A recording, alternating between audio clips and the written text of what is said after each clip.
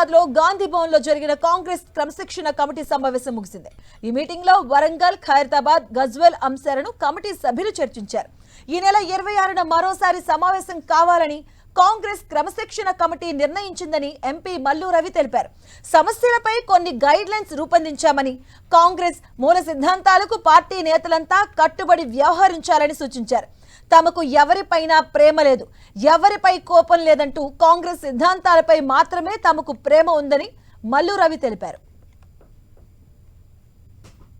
ఈ మధ్య కాలంలో కొన్ని సమస్యలు వారి దృష్టికి వచ్చినాయి.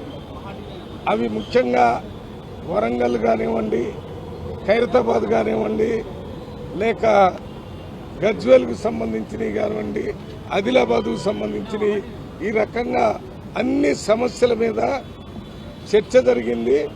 వాటికి ఒక గైడ్ లైన్స్ చెప్పడం జరిగింది.